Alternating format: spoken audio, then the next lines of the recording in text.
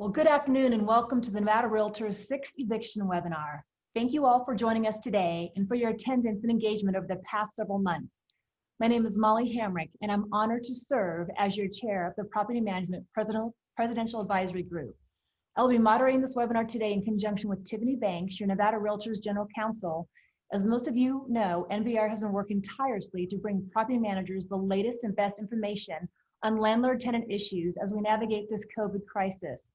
Past webinars can be found in NVR's YouTube channel, on the website on NVR's Facebook page, and in weekly NVR e-news, which is sent out every Monday, so please be sure you have whitelisted at nvrrealtors.org. As with past webinars, we'll be recording and posting today's webinar. We had hundreds of members watch our previous webinars and know they are a valued benefit to our members. Today's webinar will focus on the judicial system, which will be discussing the upcoming expiration of the Governor's Select's Eviction Moratorium, the Centers for Disease Control and Prevention, or the CDC Eviction Moratorium, and the interplay between the two, as well as the new Landlord-Tenant Mediation Program. With that said, I am very pleased to introduce Nevada Supreme Court Justice Pickering, Judge Saragosa from the Las Vegas Justice Court, Judge Hascheff from the Reno Justice Court, as well as Deputy Attorney General Mark Kruger. We have a great panel here today to help us better understand the important matters before us. I would like to take a moment and recognize the Honorable Judge Saragosa, who has been with us on prior webinars and has given us extremely valuable insight into the eviction directives. We're very appreciative of her time and thank her for her guidance and assistance over these past several months. Now let's get right into it, and please be sure to put your questions in the chat as we'll do our best to answer them. As a note, our panelists are here to help us navigate the current directive and CDC order. They will not be opining on how either the justice system or they would rule on a particular set of circumstances, or if the CDC order is lawful and are being challenged. With that said, I'd like to first focus on the Governor's directive that we are all aware that is set to expire at 11:59 p.m. on October 14th. Judges, can you give us an example of the timeline for when there would be a hearing if the eviction action for non-payment of rent is initiated on October 15th? Since the timelines may vary slightly between Las Vegas and Washoe, it would be great to hear from both the judges so that we can get the information and it would be helpful. This is also assuming that the CDC order does not apply. With that said, who would like to go first? Judge Saragosa? Sure. Assuming that the tenant involved is not a covered person under the CDC order, then once a complaint was filed with the Las Vegas Justice Court, we would set a hearing from that point within approximately 7 to 10 business days, as we always have. Our business days, our judicial days right now, are Monday through Thursday. So barring in mind weekends, holidays, and Fridays would not be counted in that. You can anticipate 7 to 10 judicial days. Excellent. And Judge Hascheff, how does that work in Northern Nevada? It would be similar. We have 5 judges that basically do evictions. So we intend to be on the same time frame. Again, if the tenant's not a covered person, just as Judge Saragosa had just mentioned. Super, thank you. Next, if a tenant is on a month-to-month and has been non-responsive and has not paid their rent for a few months, despite the owner reaching out to the tenant for the Residential Rental Assistance Program, can the landlord give the tenant a 30-day notice rather than a 7-day pay or quit and collect the arrearages another way? Well, that's a lot of questions in one question. Yes. And I think preliminarily, let me focus in on one part of that, and that's the last part of that question.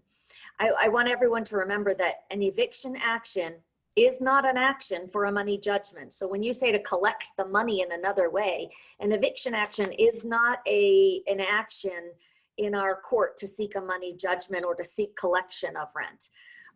It is a possession action. It's a possession designed, to recover possession of property. So aside from the answer to any of the rest of that question, the process to recover rent It could be through mediation, could be through the rental assistance programs that are made available, could be through civil action, whether that be small claims, justice court, district court, depending upon the amount sought.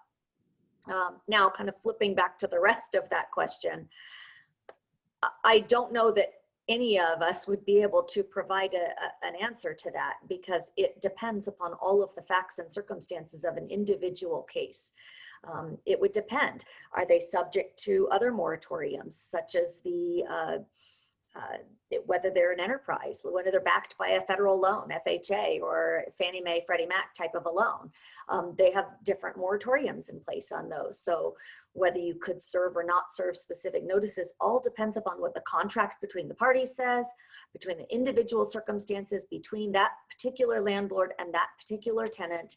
And each of those cases would have to be looked at on a case-by-case basis by the court. So I don't know that there's a blanket answer there's just not a one-size-fits-all answer to that. So one thing that I hear loud and clear is that you guys need information. So I don't know if everybody on the call today remembers, but back in April, May, we came out with an affidavit that the owner signs in regards to their mortgage and whether or not it is a Fannie, Freddie, USDA, VA loan, but that affidavit should certainly be used. And if you don't have it, then we'll make sure we push that back out to you as well. But that way, when you do, these cases do come before any of the judicial systems, that information is there, because it's going to be very important that the judges know what the underlying terms of the lease is, but also what the underlying terms of the loan against the property is as well. So we need to make sure we get that to them. Judge Hascheff, anything else to add? No, that affidavit that we've modified it to a certain extent so we can make that determination as part of the landlord's filing.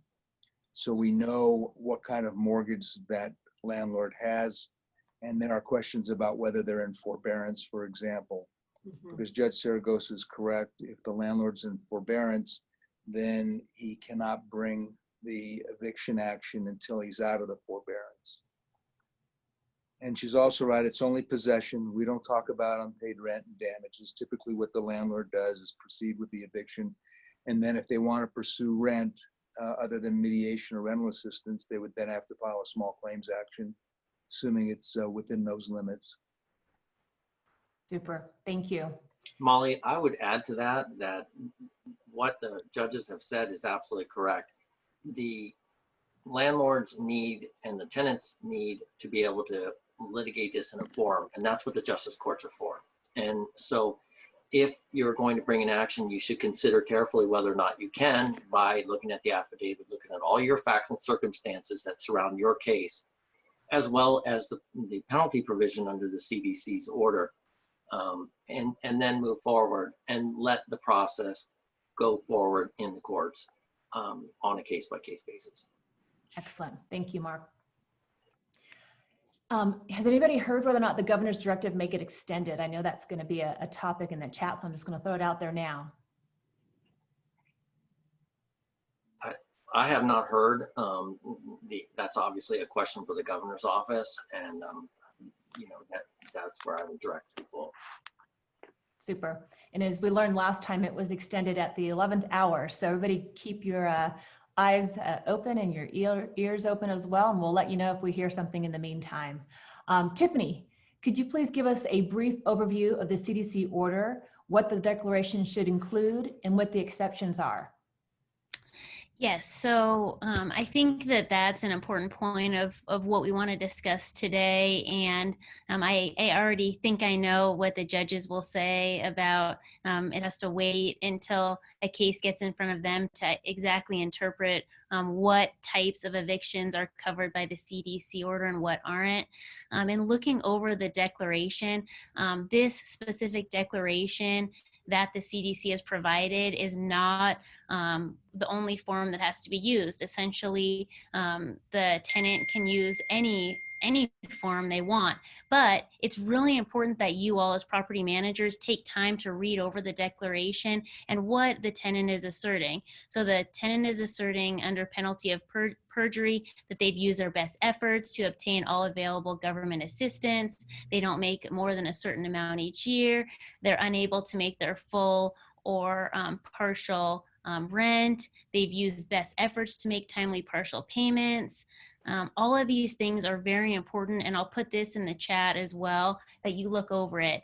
And the point in which the tenant gives the declaration, there's nothing that says they have to give it in advance at all. And Judge Saragosa, I'd like to shoot this question to you. If the tenant wants to give this declaration at the last minute, can they? And the CDC order can apply? Like how soon do they have to give it? If they're in front of you for a hearing, can they essentially assert that? My review of the CDC order does not have any sort of specific timeline associated with the service of that declaration. So, you know, I think that kind of goes hand in hand with what Mark Kruger was saying just a moment ago. You need to look at your situation and ensure that what you're doing is appropriate. So, for example, a landlord who has absolutely been provided a copy of a CDC declaration from their tenant who proceeds with an eviction anyway, that might be something Mark Kruger would want to look into and determine whether or not he needed to enforce any portion of that order. On the other hand, if the tenant has not served any sort of declaration or provided a declaration under the CDC order to the landlord, then the landlord will proceed as they would in any other sort of situation for an eviction proceeding. However, when the tenant comes in, similar to a bankruptcy action, I would liken it to that kind of a situation. So if the tenant walks into the hearing and provides that declaration, the CDC order does not have any sort of timeline on it. So the court would have to look at that and determine, you know, whether that CDC declaration qualifies under the order and has all of the specific averments that are required, and then the court would make a decision at that point. Super. So there's, again, a lot of moving parts. And what I keep seeing in the chat is does the CDC order take precedence over the directive? And we're expecting the directive to expire in 2 days. So that's not a long-term question, but for the inner term, what takes precedence? And we had this discussion on the last webinar as well. What is more restrictive is what's supposed to take precedence. And I don't know if we ever got a clear answer on that. Do we know which one at this point in time, as of today, takes precedence? Well, I can tell you in general, I mean, the court, again, and I hate to keep saying this, but it is really important that the court review cases on a case-by-case basis under all of the facts and circumstances that are there. I'm just going to give one very broad example that might be illustrative. So under Governor Sisolak's Directive 31, his directive is a moratorium on all non-payment of rent summary eviction cases. Now, that directive does not, in its language, apply to formal unlawful detainer civil actions for non-payment of rent because it's limited to summary evictions. But when you read the CDC directive, it doesn't distinguish between that. I mean, the CDC, remember, is a broad federal organization that is trying to give guidance that would be applicable across the states, and all of our states have very different landlord-tenant laws that would be applied. So it might be very vague and it might be very kind of generic in nature, but you're going to have to look at that in light of our state, in the state of Nevada. So in our state, let's say a mobile home space rent, that would not necessarily be covered under the governor's directive, but it is very clearly and very specifically covered under the CDC order. So that might be something that the court would look at and say, oh, well, this one, it depends. They might be covered if the tenant provided that declaration to invoke their protections. That's just one example, but again, it would be on a case-by-case basis to look at the facts and circumstances of what's happening. Yeah, Molly, I agree. It really comes down to the classic attorney answer of it depends.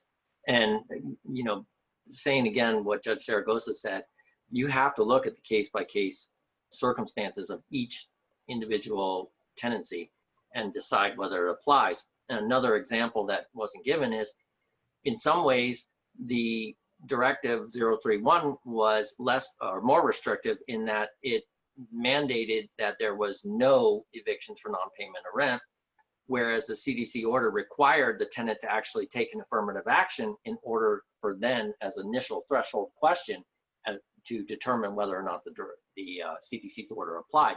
So there really wasn't ever a clear answer. It just really depended on each case. And that's why our guidance was always to, of course, seek the advice of counsel, whether it's private counsel or legal aids for tenants and attorneys for both sides. And also, to put your case before the courts, if it were appropriate after your counsel, because that way the courts could look at it on a case-by-case basis. Yeah, good point. I think we're going to have to ensure that every case is looked at independently and differently. And so as we work through the rest of this webinar today, guys, it's not going to be a clear-cut answer on almost anything. We're really wanting to clarify what the directive and the order and how they overlay and play with each other, as well as the upcoming mediation. So a question we have is, how do you envision the interplay between the CDC order and the landlord-tenant mediation program? Meaning, if the tenant gives the landlord the declaration after they've requested mediation, is mediation canceled?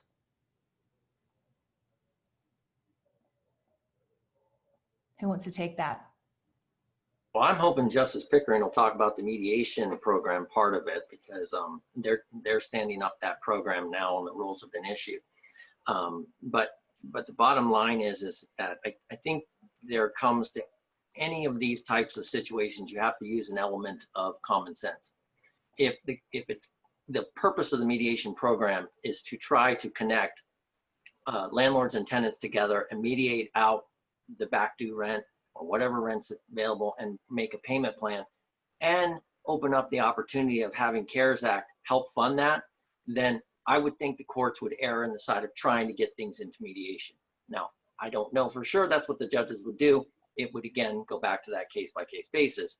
But I think if you use kind of that element of common sense and logical approach to this, the goal is to get the money that's there, sitting there, to landlords through tenants. And Mark, you brought up a great segue to our next question. And there definitely is a level of frustration with the landlords and the owners out there in getting that money, because the last we spoke with Treasurer Conine, only a fraction of that money had been allocated out and actually reached the landlords and the owners. And so, I mean, if a tenant gives a declaration to their landlord and a hearing is not scheduled until January because the CDC order is in place on December 31st, are landlords out of luck on any rental assistance funds, meaning they won't have access to the CARES money?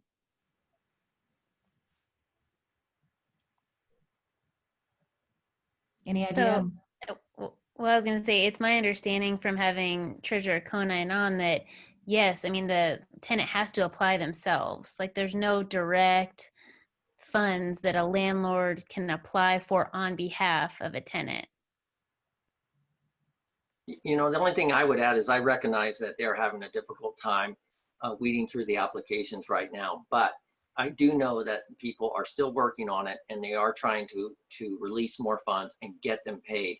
I don't know the interplay with the mediation program and how that's going to work yet. The rules are online. I haven't had a chance to read all of them. But yes, I think that's a big question that's out there, and it's something that the Treasurer's Office is aware of and is working on. Excellent. This is probably a good time to introduce Justice Pickering. Can you give us an overview of the landlord-tenant mediation program, how it came about, and what the general overview of the applicability is of that program? Yes, I'm happy to do that.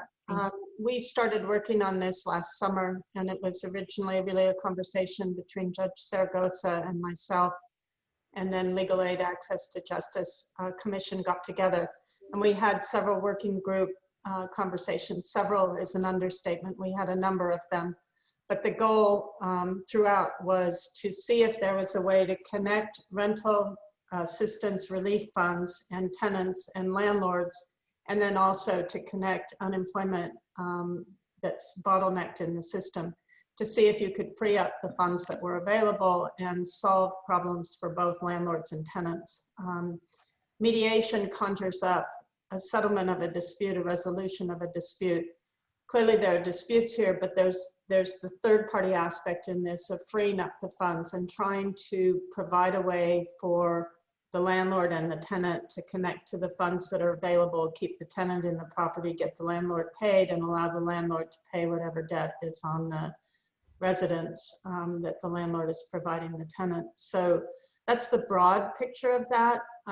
Justice Hardesty and I are co-chairs on the Access to Justice Commission, and we had a series of conversation over the summer as the August 31 expiration of the moratorium loomed. And it was kind of clear after a while that what we were getting into was debates over legal issues that were likely to come before us as a court eventually. And that's deeply problematic because we can't commit to positions in advance of how we'd rule. And there are strong arguments on both sides if you end up in a litigated posture for both the landlord and a tenant in this unusual and dire circumstance. We came up to the eve of August 31st and two things happened. The governor extended the stay for the Nevada non-payment of rent stay through August 14th, and then unexpectedly the CDC order came on and extended it out to December 31st. Nonetheless, the court went ahead with the draft rules that the working group had come up with to try to connect a mediation resource with landlords, tenant, and available funds. And so what we did was it's uncharacteristic for the court, but we circulated two competing draft rules. One was close to what Ms. Banks and her colleagues had submitted, more on behalf of the landlord side, but it wasn't a sharp, deep divide. And then the others were more from the side of the legal aid providers. And then we also solicited and got really valuable input from the Nevada judges of limited jurisdiction, which are colleagues of Judge Saragosa's. Diana Sullivan put that forward. So we got input and we held a hearing on September 22nd. We took all the input that we got, written and oral, and we created a new set of rules that we published in draft on, I think it was October 2nd. And then we got final comments, incorporated those, and published the rules October 6th. And I can tell you that's as quick as I've ever seen comprehensive rules come together. In a nutshell, the way the program works, and I'll go back to what Judge Saragosa and Judge Hascheff were answering questions about the timeline. In the summer, in the special session, the governor passed and the legislature passed a piece of legislation authorizing a stay of up to 30 days in a summary eviction so that mediation could be approved if the courts adopted rules governing mediation program. And that's the license for this program. But there's a rule that's in our draft rules that says if the landlord files a complaint, the justice court, either Las Vegas or Reno or whichever court it is that the landlord's complaint is filed in, and a tenant or a landlord or both have requested mediation in either the tenant affidavit, the landlord complaint, that in that event, when the clerk sets that matter for hearing, the hearing will be set no sooner than 30 days after the landlord's complaint is filed. That's in effect the stay process. And the clerk of the court then sends the information to the administrator of this program, which is Home Means Nevada. They're setting up a portal and there will be a website and a web link. And the goal on these mediations, we've gotten over 100 mediators lined up and they're free to both sides. The goal will be that they will have at hand someone from rent assistance program, someone from the deeder department, and try to connect those together with a way of getting the funds directly to the landlord with the tenant's involvement. So that's the main goal. Other mediated results could come out of that as well. The only issue is these rules were drafted without an eye to the CDC coming in. The origination of them predated the CDC order, and that came unexpectedly. And I don't know and cannot give an opinion on, for example, whether or not if a landlord sends a notice to quit or pay rent and the tenant sends an affidavit, files one and says, I want to mediate, and the landlord then says the landlord wants to mediate, and the court hooks them up with the administrator, if the tenant comes at that point and says, I'm giving you my CDC notice, I don't know what happens at that point with the mediation, and whether or not the stay against proceeding on non-payment of rent from the federal level is something that if the landlord wanted to dispute it, can they dispute it in that setting? Can they mediate that dispute? I don't know, and I think it's something that ultimately the justice courts are going to have to sort through, and I'm pretty sure they won't want to give me an opinion on that, but I would love to hear their views on it. So anyhow, the wrinkle in all of this, though, is that this is not a permanent mediation program. It has got a sunset clause in it. And the worry that I have is the CARES funding that's available to get rent relief assistance to landlords and tenants expires December 31st currently, which is the same date that the stay from the CDC order, the moratorium that's imposed at the federal level, extinguishes. So if all things remain the same, you would, and if you read the CDC order as stopping things in their tracks, then you would have a situation where we now have a cliff, but it's December 31st and it will all drop off at that moment, because with no funds, there's no mediation program. And if the CDC affidavit stops the entirety of a state justice court action, where are we in terms of getting the mediation together? I do think that the goal was to try to take the time frame between the filing of the landlord complaint and the hearing, and use that time frame for there to be a profitable exchange between the landlord and the tenant. And I don't know how the CDC fits with that. I really don't. So that's a long answer, but that's a quick overview of this program. And we appreciate it, Justice Pickering, because I know you guys, I mean, Tiffany and I had the honor to testify on that September 22nd date. And we had a lot of great questions from you and from your other justices on the panel. And so the mediation program does sunset when the CARES Act money runs out, which we're expecting to be December 31st or next April or May. I forget the exact date. But you do bring up some very, very important points. And what we were hoping to accomplish during our testimony was definitely to have somebody there from the rental assistance program ready, willing, and able to help the tenant and the landlord apply for those funds and get them into the landlord's hand. Even if the order trumps what's going on and still ceases the eviction to December 31st, at least we can try and get those monies moved and into the landlord's hand. That will provide some relief for both the landlord and the tenants. And so that will be a fabulous thing for that to happen. So we do want to make sure that we are trying to move in that direction as quickly as possible. And hopefully we'll have some advancement on from the federal government on the CARES Act and an extension on when those monies can be used, because I can't believe that we're the only state in the United States that's going to be struggling with these situations. Yeah, and I do think that the declaration that the CDC guideline requires the tenant to sign, which says that you have endeavored to get rent assistance. I don't have a perfect quote from it. I don't have the document in front of me, but that language would suggest to me that a landlord and a tenant should be encouraged to get into this voluntary or into mediation and connect up with the administrator. If there's an expeditious way to remove roadblocks to money that will otherwise go a glimmering, why not try?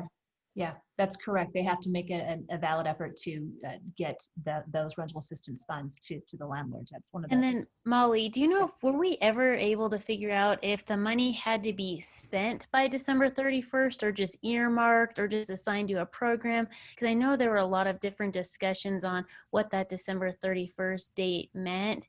Do any of you on the panel know exactly what that date is, and if the funds actually have to be spent like in the hands of the tenant? My recollection from Treasurer Conine's webinar was that it definitely had to be applied for and earmarked for sure, even if it wasn't actually sent out. But those dollars did have to be applied for. I will say I'm a cautious soul that an argument can be made that it's not enough that they're just encumbered, they actually have to be spent. I don't know how that argument's going to resolve. There's different ways of looking at that question. Well, and the last thing I think that we want to do as a state is have money that has been dedicated for rental assistance that doesn't reach our tenants and then potentially lose it back to the federal government, never having been used for its intended purpose. I mean, that would be a travesty. Exactly. That's a more articulate way of expressing what I'm trying to convey, Judge Saragosa.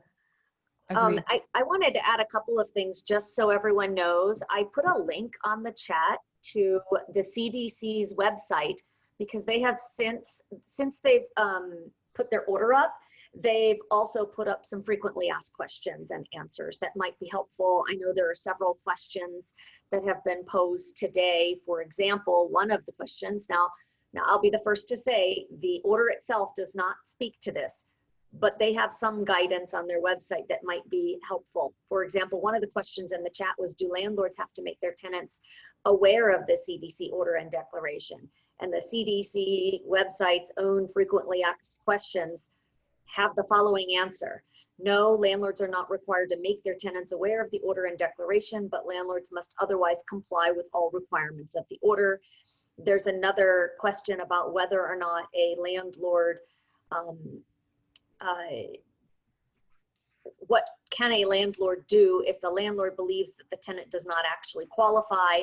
And it says the order does not have any language that precludes a landlord from challenging the truthfulness of a declaration. Now, how that would happen in our court system is an unknown at this point. We don't have a specific procedure in place for that. And I guess that would, again, be on a case-by-case basis. And I'm not suggesting that my court interprets it the same way that the CDC does, but it's certainly helpful that it comes on their own website interpreting their own order. I want to add something to what Judge Saragosa just said, because our mediation rules give a different answer, not to what you just said as far as the landlord advising the tenant of the CDC notice. We don't address that in these Nevada mediation rules. But one significant rule in the ones that we recently adopted are the landlord notices that go to the tenants need to advise the tenant of the availability of the mediation program, rental assistance programs, and e-filing options, electronic filing for the tenant. And I think it's going to go beyond the length of time we have allotted to get into all of those, but the landlord notice must advise the tenant about the existing mediation program. And there's instructions in the rules on how you can do that. We will be posting the name and address of the administrator on the website, but also if your justice court has a website, which Las Vegas Justice Court does, the landlord can simply say, look at for information on existing mediation, go to the Las Vegas Justice Court website, and that will do it in the notice. It's very simple, but it's a change. It's in addition to the other requirements of those notices. So I wanted to make sure that because we're different from CDC on that in state court now. Right, and that is taking place immediately as of October 15th. So I will say that we are working diligently. We've exchanged some drafts with our Civil Law Self-Help Center, who houses all of our forms. Their forms on that webpage do get reviewed by the court. I've reviewed several drafts. They will be up and available for you. We're hoping by October 14th, before the 15th, but it does take a little bit of work to get those fine-tuned. So please, if you are anticipating serving any sort of notices on the 16th of October, make sure that you go to the Civil Law Self-Help website to download the most current and recent version of that form. And that will help all of us. It helps the court in processing those documents. It helps everybody involved to make sure that they are current and accurate. And I believe your group already has the link to the mediation rules. Is that correct? I can send it if you don't, to make sure that you have the most current version and can share it with the people on this call. And we'll be sure in our e-news next Monday to get out all of that information as well. Yeah, that would be great. The sooner we can get that out, the better, because this week is the expiration of the governor's directive, and so we want that information as quick as we can get it to our members.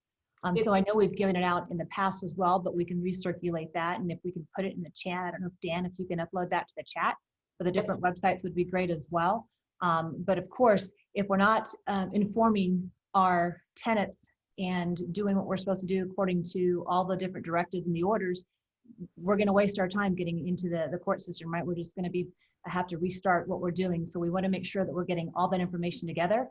More is better than less. So the affidavit regarding the mortgages, the notices to the tenants, everything we're talking about, the mediation guidelines, all that has to happen. If we're not informing the tenants of mediation, I can promise you they're going to be informed in either the north or the south in those courts. And so we want to make sure that we're following those guidelines.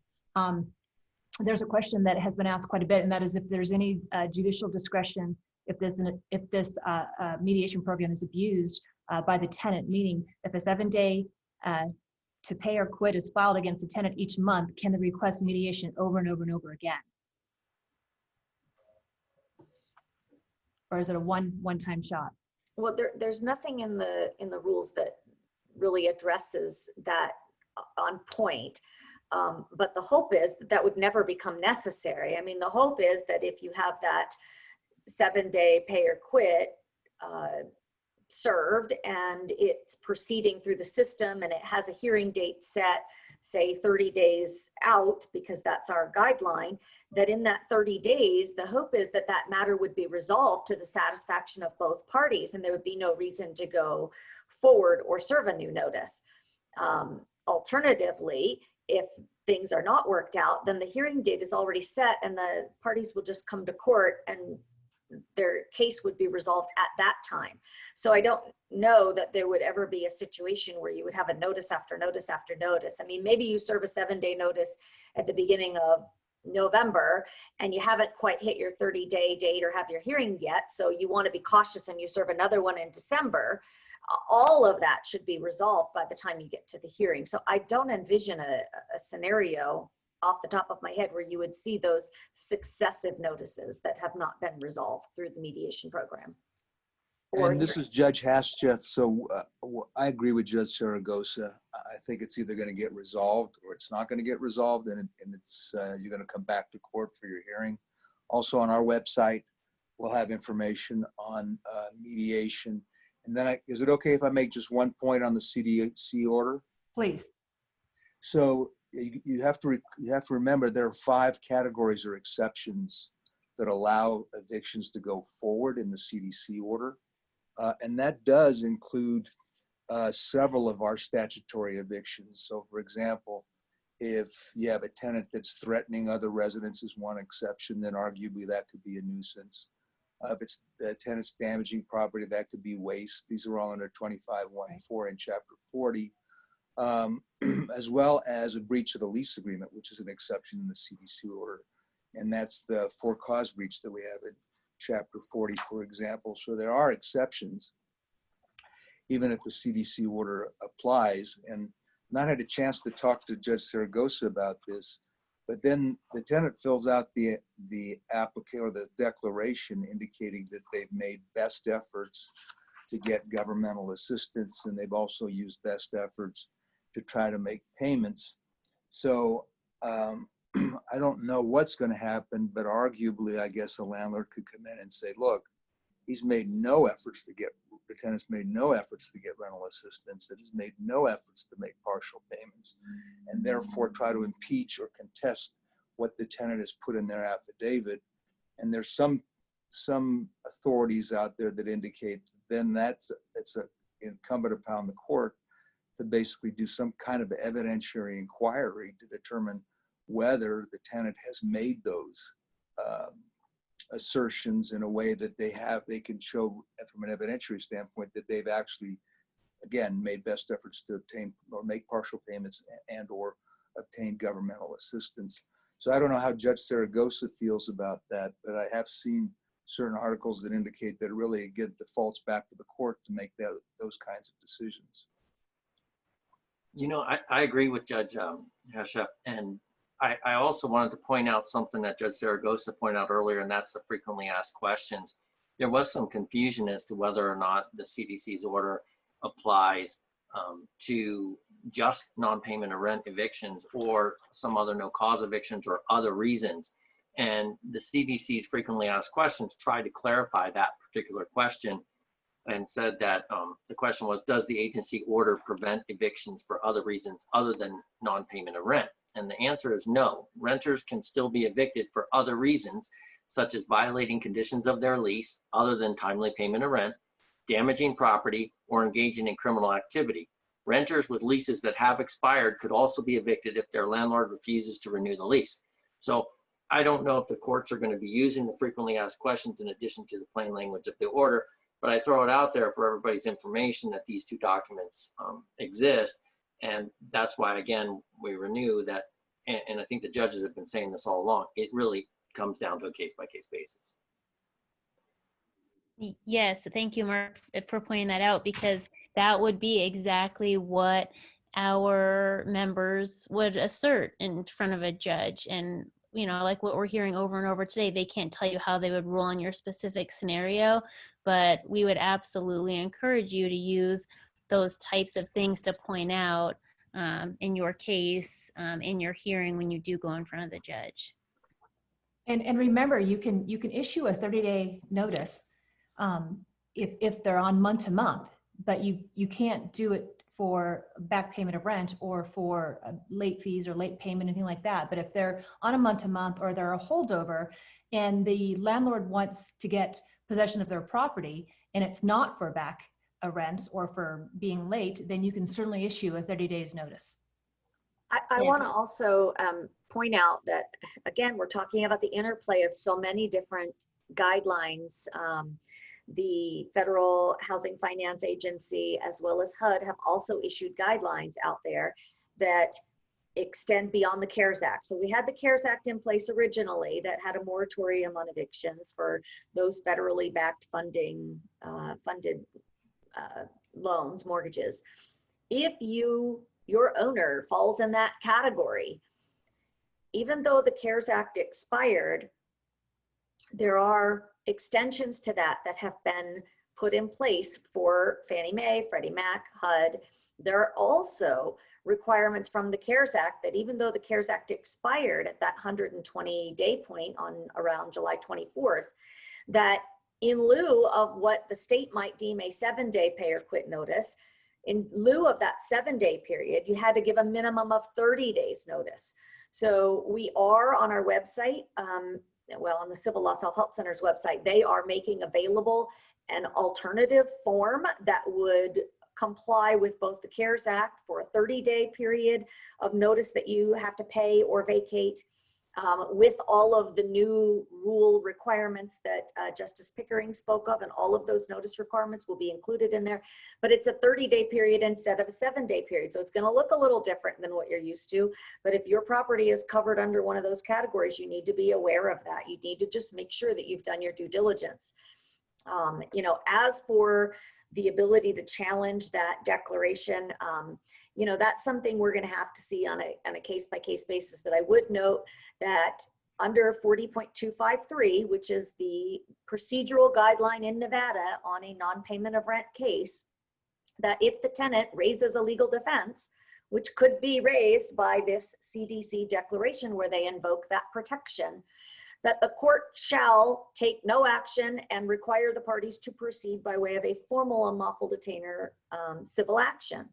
So it may be that by challenging the veracity or the truthfulness of the very declaration, that you're challenging that tenant's lawful defense that they've raised. And under our statute, the court in a summary eviction fashion just doesn't have the time to do a full evidentiary hearing on that issue. And it may be upon review, depending upon what's being challenged and how it plays out, that forces the landlord to proceed by way of a formal unlawful detainer action.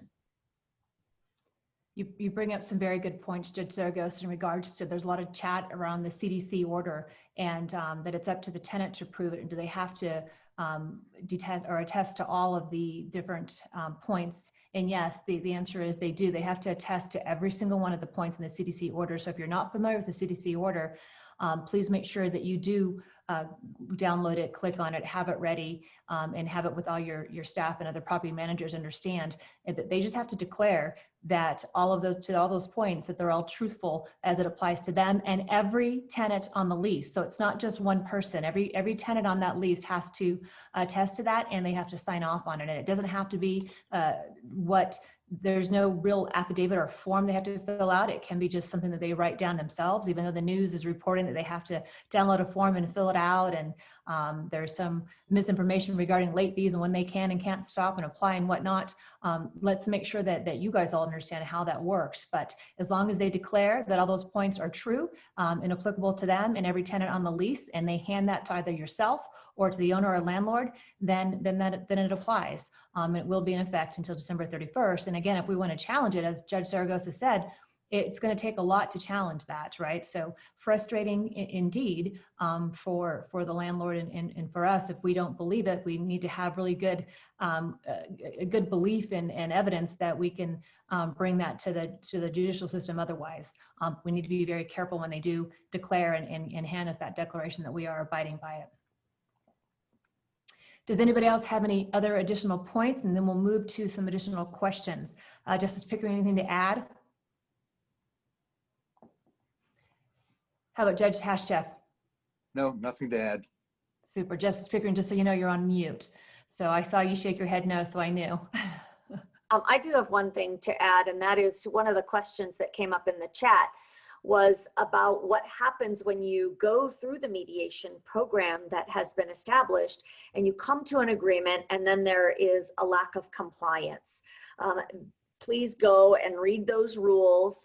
There is a procedure for one party or the other, if there's a lack of compliance, to petition the court by way of a motion for the court to review the circumstances and determine whether or not the court can strictly enforce the agreement, whatever that might be, and or proceed with the eviction hearing if there is found to be a violation. So there is a procedure for that outlined in the mediation rules. Super. We have another question that's asked, and can we apply for mediation now? My understanding is the mediation program will be live October 15th, or at least that is the goal. So can a landlord request mediation currently right now? The Las Vegas Justice Court allows that through our voluntary mediation program that has been set up for the past couple of months or so, maybe 6 weeks. So there is that procedure to apply for that. You don't need to file an eviction action. It's through our Neighborhood Justice Center. So if you are interested, you may recall and request it. They will reach out to the tenant by mail and attempt to bring those parties together to resolve the action before you even need to go through the eviction process. So that is a possibility. Super. And in the Reno Justice Court, we don't have anything that's similar to that. We do have neighborhood mediation. So if both parties consented and informed the court accordingly, then we could conceivably send them to our mediation group. Excellent. And there's going to be a lot more information regarding mediation in the forums. I see a lot of that in the chat of what to do and how to do it in the mediation program link that we're going to be sending out.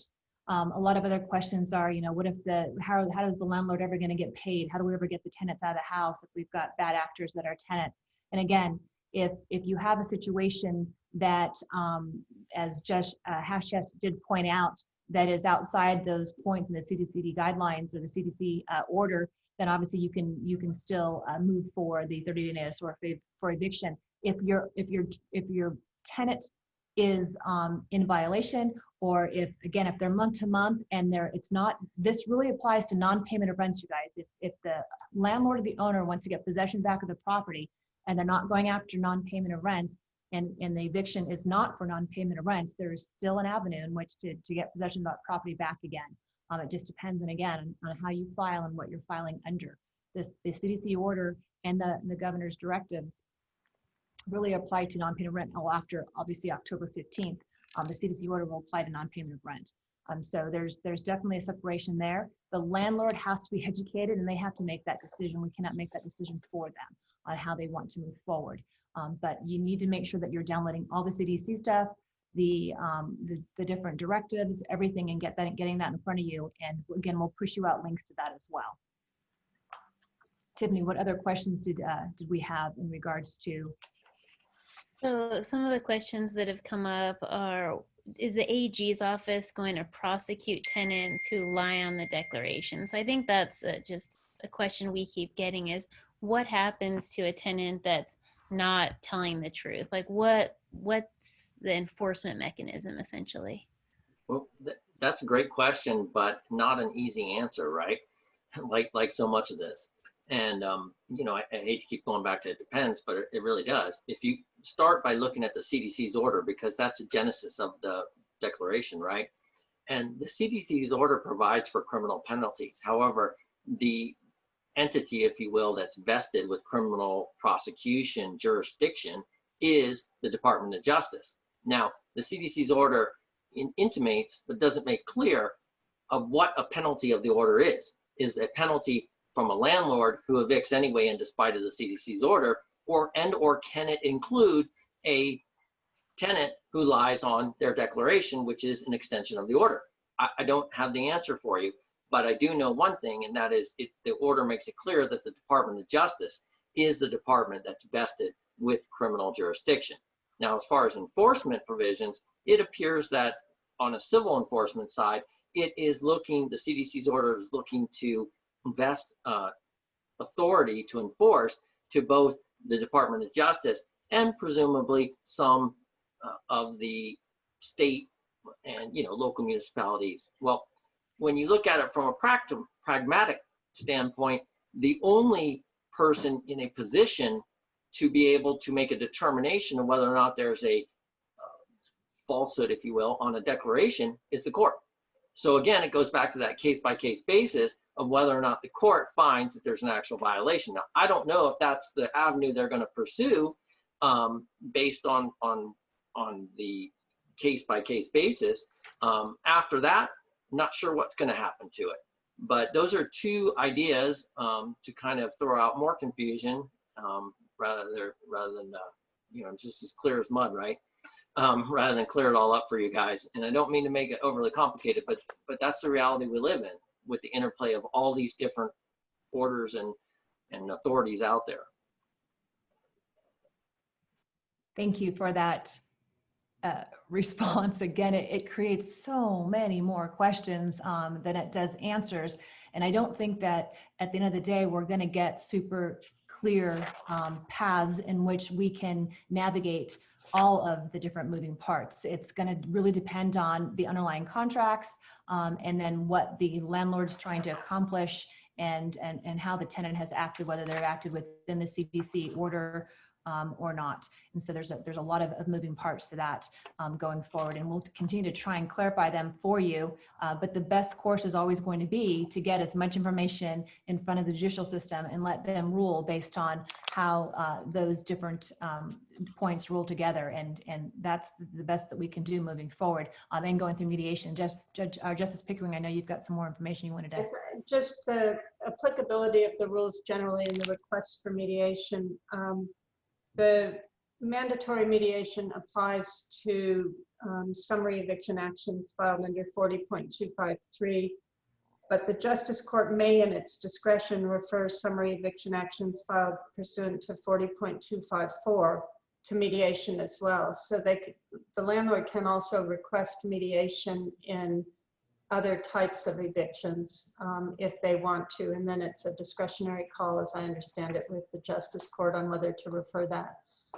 But that is also an option there of landlords who are trying to connect their tenant with money and get a resolution of whether the tenant should vacate or not. So if a landlord is evicting for, let's say, their holdover and they're month to month, and the tenant has back payment of rents, and the landlord's just filing for a 30-day notice to terminate the lease, the mediation, the court has the ability to still mediate that, is what you're saying? Yes, and Judge Saragosa may have more depth on that, but it's an optional piece. The non-payment of rent is mandatory if either side requests it. But it's an option that's out there, and particularly with the unexpected CDC order coming in, that may also be fruitful.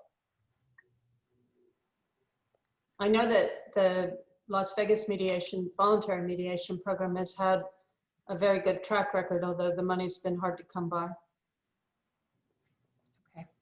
I think that's a fair statement, because the rental assistance is not something that's within the control of the court, and we're still attempting to put those tenants in connection with those funds through, I think it's housing.nv.gov that has the COVID CARES Act money available. So I know the processing of that, at least in the South, was kind of handled through 14 separate nonprofit entities, and there were some delays originally. I don't have any situational awareness on how that's moving now. I really don't. I don't know if Mark might. And that is one of the points of the CDC order, that they had to have made application for those funds. And I would imagine they get some type of confirmation. But during mediation, they can make application as well, because we'll have direct access to the ability to do that during mediation as well. And again, the goal is obviously to keep tenants in the property and get the landlords paid. Nobody wants to vacate or cause an eviction if they don't have to. That's super important. Well, we are right at 4 o'clock, and I know there's a lot of questions in the chat, and we've gone back and forth, and a lot of these questions kind of intertwine and talk around in circles, which is really kind of the basis why we had this webinar. And if you guys have additional questions, please send them to Tiffany Banks, or additional concerns, or use the legal hotline. Please look at the other webinars that we've had previously. It's super important that we continue to educate ourselves. It's the 12th of October.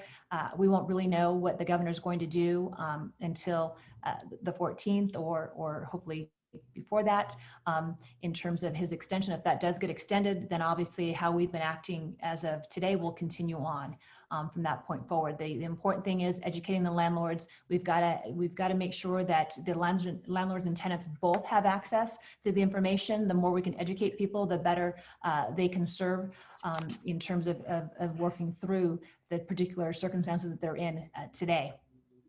And so with that, I just want to say thank you again to all the panelists. You guys have provided us with a lot of information. You've answered many questions. You created other questions, which we knew was going to happen. So hopefully as we move through this process, and we do have real cases that come before us, and we do have circumstances that come before us, we can continue to help serve our 18,000 members of the Nevada Realtors, and continue to educate them. But if you guys, again, if you have any questions, Tiffany at nvrrealtors.org is a great place to send them, and we'll do our best to answer them. And with that, have a wonderful week, and best of luck to Judge Pickering for her re-election for the State Supreme Court seat B. I know is coming up, so best of luck to you. And I hope everybody got some great information and answers from this, and that we'll see you again real soon. Be safe, stay well.